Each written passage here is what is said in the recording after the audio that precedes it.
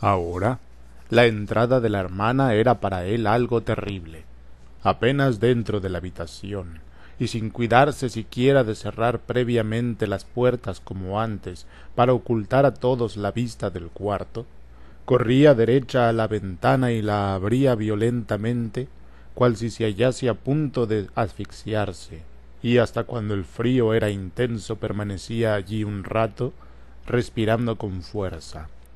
Tales carreras y estrépitos asustaban a Gregorio 2 veces al día, y Gregorio, aunque seguro de que ella le hubiera evitado con gusto estas molestias, de haberle sido posible permanecer con las ventanas cerradas en la habitación, quedaba temblando debajo del sofá todo el tiempo que duraba la visita. Un día, ya había transcurrido un mes desde la metamorfosis y no tenía por tanto la hermana ningún motivo especial para sorprenderse del aspecto de Gregorio. Un día, digo, entró algo más temprano que de costumbre, y se encontró a éste mirando inmóvil por la ventana, pero ya dispuesto a asustarse. Nada le hubiera extrañado a Gregorio que su hermana no entrase, pues él, en la actitud en que estaba, le impedía abrir inmediatamente la ventana. Pero no sólo no entró, sino que retrocedió y cerró la puerta. Un extraño hubiera creído que Gregorio la acechaba para morderla. Claro es que Gregorio se escondió al punto debajo del sofá, pero hubo de esperar hasta el mediodía antes de ver tornar a su hermana más tranquila que de costumbre. Ello le dio a entender que su vista seguía siéndole insoportable a la hermana, que lo seguiría siendo, y que ésta había de hacer un gran esfuerzo de voluntad para no salir también corriendo al divisar la pequeña parte del cuerpo que sobresalía por debajo del sofá. Y al fin de ahorrarle incluso esto, transportó un día sobre sus espaldas, trabajo para el cual precisó 4 horas, una sábana hasta el sofá, y la dispuso a modo de que le tapara por completo y que ya la hermana no pudiese verle por mucho que se agachase. De no haberle parecido a ella conveniente este arreglo, ella misma hubiera quitado la sábana, pues fácil era comprender que, para Gregorio, el aislarse no constituía ningún placer.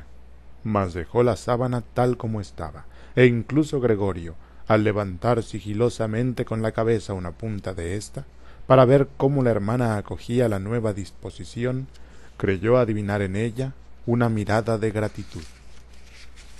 Durante las 2 primeras semanas no pudieron los padres decidirse a entrar a verle. Él los oyó a menudo ensalzar los trabajos de la hermana, cuando hasta entonces solían, por el contrario, reñirle, por parecerles una muchacha como quien dice inútil. Mas con frecuencia ambos, el padre y la madre, esperaban ante la habitación de Gregorio mientras la hermana la arreglaba, y, en cuanto salía ésta, había de contarles exactamente cómo estaba el cuarto, lo que Gregorio había comido, cuál había sido su actitud, y si se advertía en él alguna mejoría. La madre, cierto es, quiso visitar a Gregorio enseguida, y entonces el padre y la hermana la detuvieron con razones que Gregorio escuchó con la mayor atención y aprobó por entero. Pero más adelante fue menester impedírselo por la fuerza, y cuando exclamaba «Dejadme entrar a ver a Gregorio, pobre hijo mío, ¿no comprendéis que necesito entrar a verle?», Gregorio pensaba que tal vez conviniera que su madre entrase. Claro que no todos los días, pero por ejemplo 1 vez a la semana. Ella era mucho más comprensiva que la hermana, quien, a pesar de todo su valor, no dejaba de ser, al fin y al cabo, sólo una niña que quizás sólo por ligereza infantil se había echado sobre los hombros tan penosa carga. Poco había de tardar en realizarse el deseo de Gregorio de ver a su madre. Durante el día, por consideración a sus padres, no se asomaba a la ventana, pero poco podía arrastrarse por aquellos 2 metros cuadrados de suelo. Descansar tranquilo le era ya difícil durante la noche. La comida muy pronto dejó de producirle la menor alegría, y así fue tomando para distraerse la costumbre de trepar zigzagueando por las paredes y el techo. En el techo, particularmente, era donde más a gusto se encontraba. Aquello era cosa harto distinta que estar echado en el suelo. Allí se respiraba mejor. El cuerpo sentíase agitado por una ligera vibración. Pero aconteció que Gregorio, casi feliz y al tiempo divertido, desprendióse del techo con gran sorpresa suya y se fue a estrellar contra el suelo. Mas, como puede suponerse, su cuerpo había adquirido una resistencia mucho mayor que antes, y, pese a la fuerza del golpe, no se lastimó. La hermana advirtió inmediatamente el nuevo entretenimiento de Gregorio.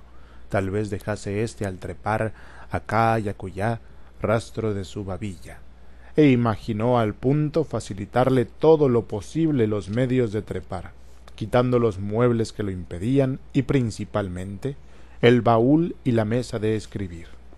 Pero esto no podía llevarlo a cabo ella sola. Tampoco se atrevía a pedir ayuda al padre, y en cuanto a la criada, no había que contar con ella, pues esta moza de unos 60 años, aunque se había mostrado muy valiente desde la despedida de su antecesora, había suplicado como favor especial que le fuese permitido mantener siempre cerrada la puerta de la cocina y no abrirla sino cuando la llamasen. Por tanto, sólo quedaba el recurso de buscar a la madre en ausencia del padre. La madre acudió dando gritos de júbilo, pero se quedó muda en la misma puerta. Como es natural, primero se cercioró la hermana de que todo estaba en orden, y tan sólo luego la dejó pasar. Gregorio se había apresurado a bajar la sábana más que de costumbre, de modo que formara abundantes pliegues. La sábana parecía efectivamente haber sido arrojada allí por casualidad. También guardóse esta vez de espiar por debajo. Renunció a ver a su madre, gozoso únicamente de que ésta por fin hubiese venido. «Entra, que no se le ve», dijo la hermana, que sin duda conducía a la madre por la mano. Y Gregorio oyó cómo las dos frágiles mujeres retiraban de su sitio el viejo y harto pesado baúl, y cómo la hermana, siempre animosa, tomaba sobre sí la mayor parte del trabajo, sin hacer caso de las advertencias de la madre, que temía se fatigase demasiado. La operación duró bastante. Verdad es que, al cabo de un cuarto de hora, la madre declaró que más valía dejar el baúl donde estaba, en primer lugar porque era muy pesado y no acabarían antes del regreso del padre, y además porque, estando en medio de la habitación el baúl, le cortaría el paso a Gregorio, y en fin, porque no era seguro que a Gregorio le agradara que se retirasen los muebles. A ella le parecía precisamente que debía de ser todo lo contrario. La vista de las paredes desnudas oprimíale el corazón. ¿Por qué no había de sentir Gregorio la misma impresión, ya que estaba acostumbrado de antiguo a los muebles de su cuarto? ¿Quién dice que no se sentiría como abandonado en la habitación vacía? Y no parecería entonces, continuó muy quedo, casi en un susurro, cual si quisiese evitar a Gregorio, que no sabía exactamente dónde se encontraba, hasta el sonido de su voz, pues estaba convencida de que no entendía las palabras. ¿No parecería entonces que, al retirar los muebles, indicábamos que renunciábamos a toda esperanza de mejoría y que lo abandonábamos sin consideración ninguna a su suerte? Yo creo que lo mejor sería dejar el cuarto como antes, a fin de que Gregorio, al volver de nuevo entre nosotros, lo encuentre todo en el mismo estado y pueda olvidar tanto más fácilmente este paréntesis. Al oír estas palabras de la madre, comprendió Gregorio que la falta de toda relación humana directa, unida a la monotonía de la existencia que llevaba entre los suyos, había debido trastornar su inteligencia en aquellos 2 meses, pues de otro modo no podía explicarse que él hubiese deseado ver vaciar su habitación. Es que él deseaba de verdad se cambiase aquella su muelle habitación confortable y dispuesta con muebles de familia en un desierto en el cual hubiera podido, es verdad, trepar en todas las direcciones sin el menor impedimento, pero en el cual se hubiera al mismo tiempo olvidado rápida y completamente de su pasada condición humana. Ya estaba él ahora muy cerca de olvidarse de ésta, y únicamente habíale conmovido la voz de la madre, no oída hacía ya tiempo. No, no había que retirar nada. Todo tenía que permanecer tal cual. No era posible prescindir de la bienhechora influencia que los muebles ejercían sobre él, y, aunque éstos impedían su libre ejercicio, ello, en todo caso, antes que un perjuicio, debía ser considerado como una gran ventaja. Por desgracia, la hermana no compartía esta opinión, y, como se había acostumbrado, cierto es que no sin motivo, a actuar como perito frente a los padres en todo lo que a Gregorio se refería, bastóle la idea expuesta por la madre para insistir y declarar que no sólo debían ser retirados de allí el baúl y la mesa, en los que al principio únicamente había pensado, sino también todos los demás muebles, excepción hecha del indispensable sofá. Claro es que a ello no le impulsaban únicamente su tosudez infantil y aquella confianza en sí misma, tan repentina cuan difícilmente adquirida en los últimos tiempos. También había observado que Gregorio, además de necesitar mucho espacio para arrastrarse y trepar, no utilizaba los muebles en lo más mínimo, y tal vez también, con aquel entusiasmo propio de las muchachas de su edad, anheloso siempre de una ocasión que le permita ejercitarse, dejóse llevar secretamente por el deseo de aumentar lo pavoroso de la situación de Gregorio, a fin de poder hacer por él aún más de lo que hasta ahora hacía. Y es que en un cuarto en el cual Gregorio hubiese aparecido completamente solo entre las paredes desnudas, seguramente no se atrevería a entrar ningún ser humano fuera de Grete. No le fue, pues, posible a la madre hacerla desistir de su proyecto, y como en aquel cuarto sentía una gran desazón, no tardó en callarse y en ayudar a la hermana con todas sus fuerzas a sacar el baúl. Bueno, del cofre, en caso necesario, Gregorio podía prescindir, pero la mesa tenía que quedarse allí. Apenas hubieron abandonado el cuarto las dos mujeres, llevándose el cofre, al que se agarraban gimiendo, sacó Gregorio la cabeza de debajo del sofá, para ver el modo de intervenir con la mayor consideración y todas las precauciones posibles. Por desgracia, la madre fue la primera en volver, mientras Grete, en la habitación de al lado, seguía agarrada al cofre, zarandeándolo de un lado para otro, aunque sin lograr mudarlo de sitio. La madre no estaba acostumbrada a la vista de Gregorio. Podía haber enfermado al verlo de pronto. Así es que Gregorio, asustado, retrocedió a toda velocidad hasta el otro extremo del sofá, pero demasiado tarde para evitar que la sábana que le ocultaba se agitase un poco, lo cual bastó para llamar la atención de la madre. Esta paróse en seco, quedó un punto suspensa y volvió junto a Grete.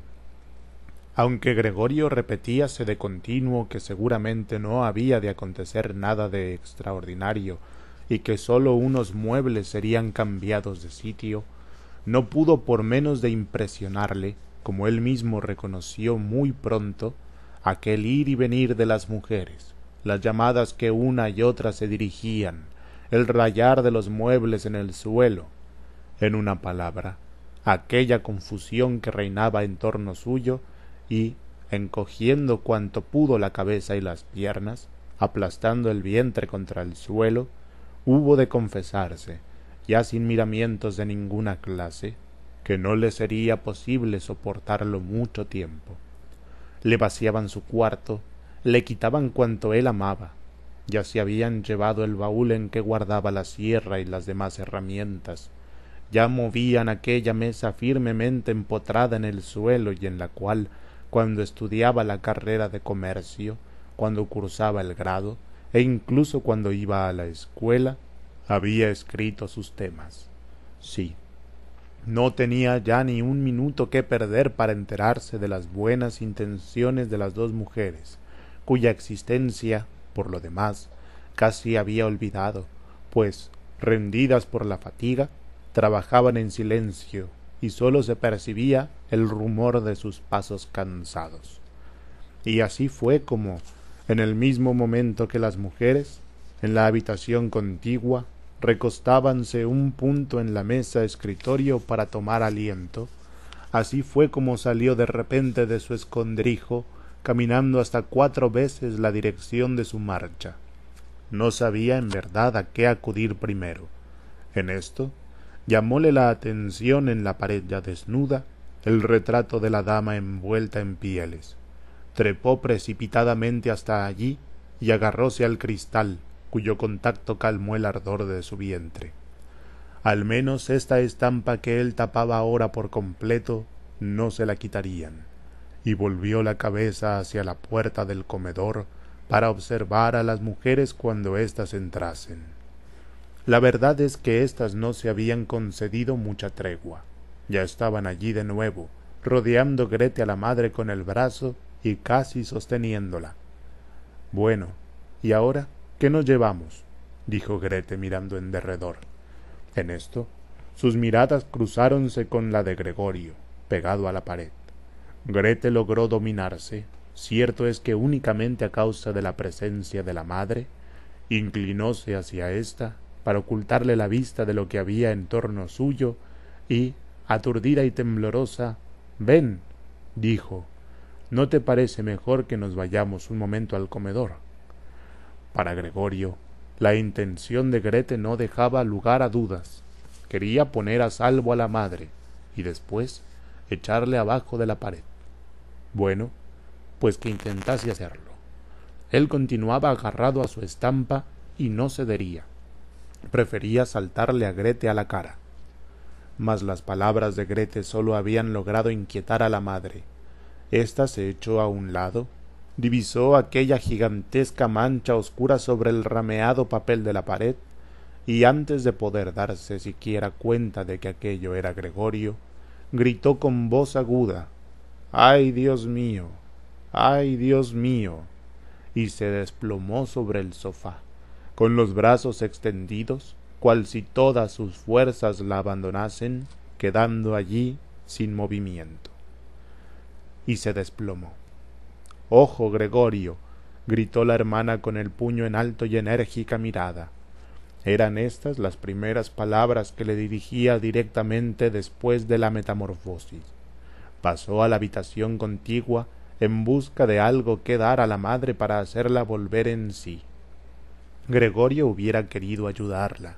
Para salvar la estampa había todavía tiempo, pero se hallaba pegado al cristal y hubo de desprenderse de él violentamente, después de lo cual precipitóse también en la habitación contigua, cual si le fuese posible, como antaño, dar algún consejo a la hermana, mas hubo de contentarse con permanecer quieto detrás de ella.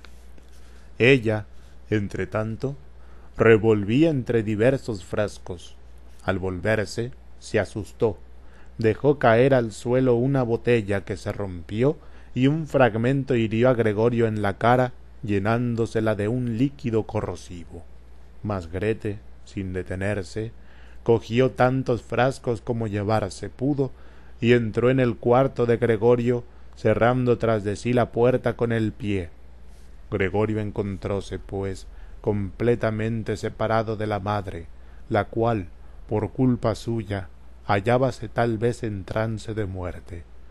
Y él no podía abrir la puerta si no quería echar de allí a la hermana, cuya presencia junto a la madre era necesaria, y por tanto no le quedaba más remedio que esperar. Y, presa de remordimientos y de inquietud, comenzó a trepar por todas las paredes, todos los muebles y por todo el techo, y finalmente, cuando ya la habitación comenzaba a dar vueltas en torno suyo, dejóse caer con desesperación encima de la mesa. Así transcurrieron unos instantes.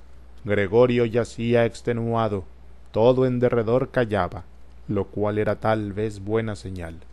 En esto llamaron. La criada estaba como siempre encerrada en su cocina, y Grete tuvo que salir a abrir. Era el padre. «¿Qué es lo que ha ocurrido?». Estas fueron sus primeras palabras. El aspecto de Grete se lo había revelado todo. Grete ocultó su cara en el pecho del padre y con voz sorda declaró: «Madre se ha desmayado, pero ya está mejor. Gregorio se ha escapado». «Lo esperaba», dijo el padre. «Siempre os lo dije, pero vosotras, las mujeres, nunca queréis hacer caso». Gregorio comprendió que el padre, al oír las noticias que Grete le daba a boca de jarro, había entendido mal, y se figuraba sin duda que él había cometido algún acto de violencia. Necesitaba por tanto apaciguar al padre, pues no tenía ni tiempo ni medios para aclararle lo ocurrido.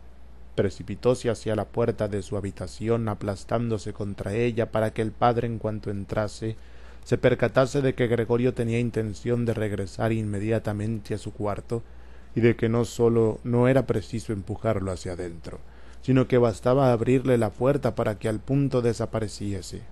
Pero el estado de ánimo del padre no era el más a propósito para advertir estas sutilezas. «¡Ay!», gritó al entrar, con un tono a un tiempo furioso y triunfante. Gregorio apartó la cabeza de la puerta y la alzó hacia su padre. Todavía no se había presentado a éste en su nuevo estado.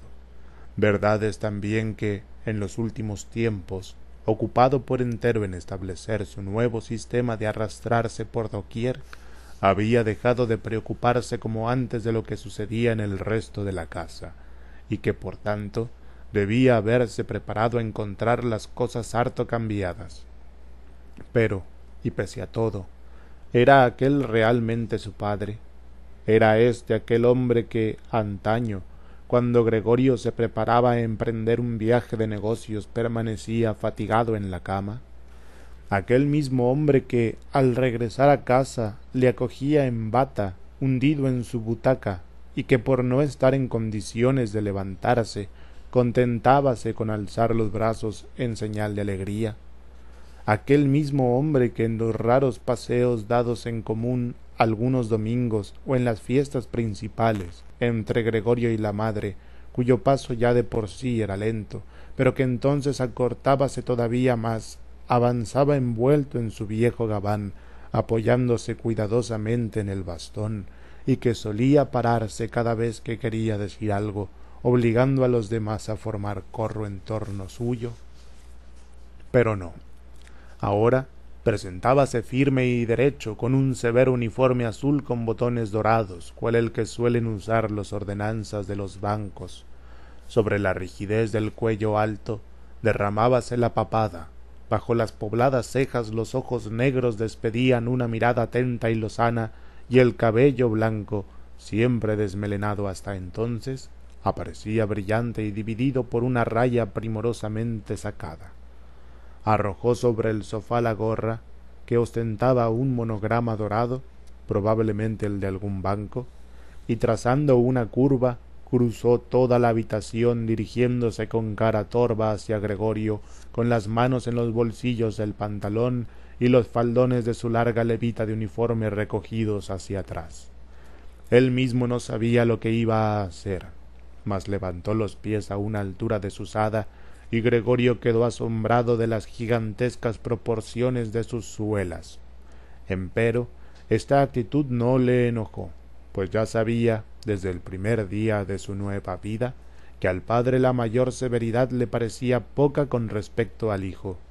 Echó, pues, a correr delante de su progenitor. Se detenía cuando éste, y emprendía nueva carrera en cuanto le veía hacer un movimiento. Así, dieron varias veces la vuelta a la habitación sin llegar a nada decisivo. Es más, sin que esto, debido a las dilatadas pausas, tuviese el aspecto de una persecución. Por lo mismo, prefirió Gregorio no alejarse al pronto del suelo. Temía, principalmente, que el padre tomase su huida por las paredes o por el techo por un refinamiento de maldad.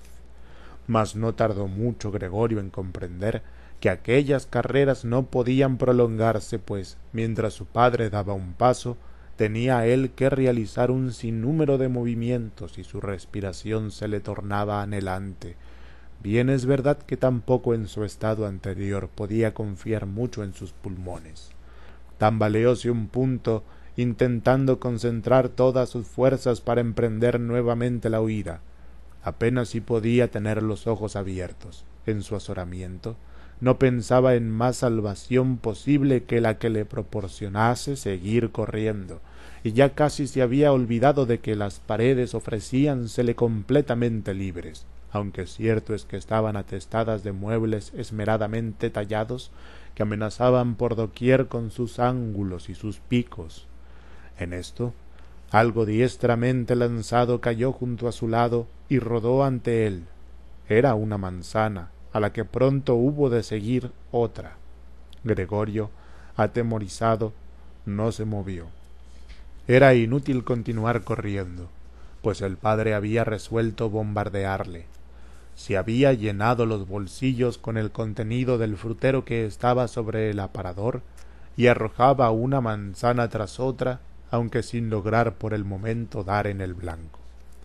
Las manzanitas rojas rodaban por el suelo como electrizadas, tropezando unas con otras. Una de ellas, lanzada con mayor habilidad, rozó la espalda de Gregorio, pero se deslizó por ella sin causarle daño. En cambio, la siguiente le asestó un golpe certero, y aunque Gregorio intentó escaparse, cual si aquel intolerable dolor pudiese desvanecerse al cambiar de sitio, parecióle que le clavaban en donde estaba, y quedó allí despatarrado, perdida la noción de cuanto sucedía en torno. Su postrer mirada enteróle todavía de cómo la puerta de su habitación abríase con violencia, y pudo ver asimismo a la madre corriendo en camisa, pues Gretel había desnudado para hacerla volver de su desvanecimiento, delante de la hermana, que gritaba, luego a la madre precipitándose hacia el padre, perdiendo en el camino una tras otra sus faldas desanudadas, y por fin, después de tropezar con éstas, llegar hasta donde el padre estaba a abrazarse estrechamente a él, y Gregorio, con la vista ya nublada, sintió por último cómo su madre, con las manos cruzadas en la nuca del padre, le suplicaba que perdonase la vida al hijo.